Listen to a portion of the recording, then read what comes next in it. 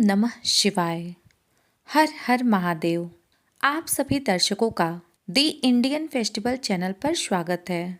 आज इस वीडियो में हम जानेंगे साल 2024 में दिसंबर माह में पड़ने वाले अंतिम प्रदोष व्रत कब है, प्रदोष व्रत पूजा की विधि, प्रदोष व्रत के दिन, पूजा का शुभ मुहूर्त क्या है, इसके बारे में हम जानेंगे। सनातन धर्म में प्रदोष व्रत का विशेष महत्व होता है। एकादशी की तरह ही हर महीने में 2 बार प्रदोष व्रत आता है, एक शुक्ल पक्ष में, दूसरा कृष्ण पक्ष में।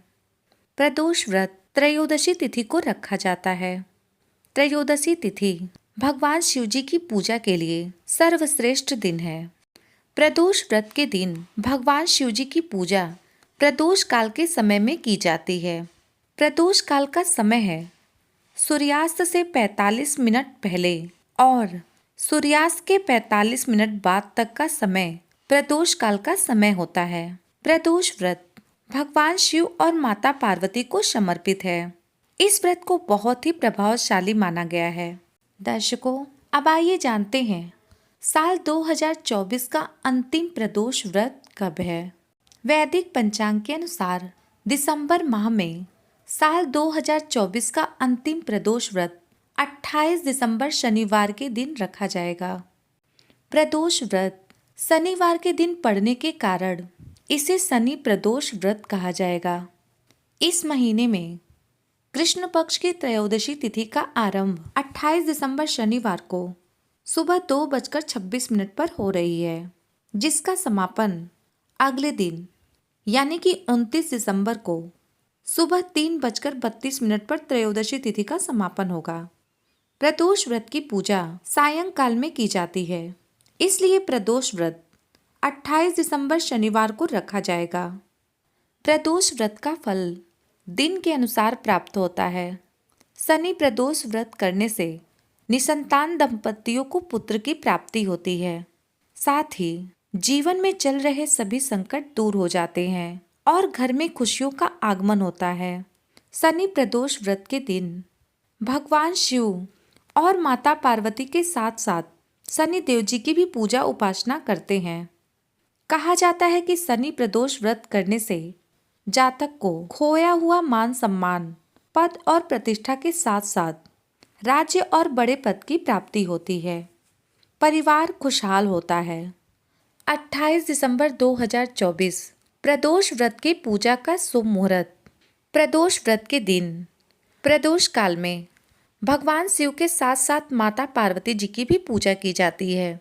इस दिन प्रदोष काल में प्रदोष व्रत की पूजा का शुभ मुहूर्त शाम 5:21 से लेकर रात्रि 8:06 तक पूजा का शुभ मुहूर्त रहेगा। जातक इस शुभ मुहूर्त में भगवान शिव और माता पार्वती की पूजा विधि विधान से कर सकते हैं। दर्शकों, अब आइए सुनते हैं शनि प्रदोष व्रत की कथा। प्राचीन समय की बात है कि एक नगर में एक सेठ रहते थे जो धन दौलत और वैभव से संपन्न थे। वह अत्यंत दयालु थे। उनके यहाँ से कोई भी खाली हाथ नहीं लौटता था। वह सभी को जी भरकर दान दक्षिणा देते थे। लेकिन दूसरों को सुखी देखने वाले सेठ और उनकी पत्नी स्वयं काफी दुखी रहते थे। उनके दुख का मुख्य कारण यह था कि उस सेठ का कोई भी संतान नहीं था। एक दिन उन्होंने तीर्थयात्रा पर जाने का निश्चय किया और अपने कामकाज अपने सेवकों को सौंपकर तीर्थयात्रा पर चल पड़े। अभी वह सेठ सेठानी नगर के बाहर ही निकले थे। नगर से निकलने के बाद सेठ जी को एक विशाल वृक्ष के नीचे समाधि लगाए हुए एक तेजस्वी साधु दिखाई पड़े। पति पत्नी ने सोचा कि साधु महाराज से आशीर्वाद लेकर आगे की यात्रा शुरू की जाए। सेठ सेठानी दोनों समाधिलीन साधु के सामने हाथ जोड़कर बैठ गए और उनकी समाधि टूटने की प्रतीक्षा करने लगे। सुबह से शाम और फिर रात हो गई, लेकिन साधु की समाधि नहीं टूटी। मगर सेठ पति पत्नी धैर्यपूर्वक हाथ जोड़े बैठे रहे। अंततः अगले दिन प्रातःकाल के समय साधु अपनी समाधि से उठे। सेठ पति पत्नी को देख वह मंद मंद मुस्कुराए और उन्हें आशीर्वाद स्वरूप हाथ उठाकर बोले, वत्स, मैं तुम्हारे धैर्य और भक्ति भाव से अत्यंत ही प्रसन्न हूँ। साधु ने संतान प्राप्ति के लिए सेठ सेठानी को शनि प्रदोष व्रत करने की विधि समझाई। उसके बाद दोनों पति पत्नी तीर्थ यात्रा पर गए। तीर्थ यात्रा करने के बाद वह पति पत्नी अपने घर वापस आ गए और साधु द्वारा बताए गए शनि प्रदोष को नियम पूर्वक व्रत करने लगे। कुछ काल व्यतीत होने पर सेठ की पत्नी ने एक सुंदर पुत्र को जन्म दिया। शनि प्रदोष व्रत के प्रभाव से सेठ जी के यहाँ छाया हुआ अंधकार लुप्त हो गया। दोनों आनंद पूर्वक रहने लगे।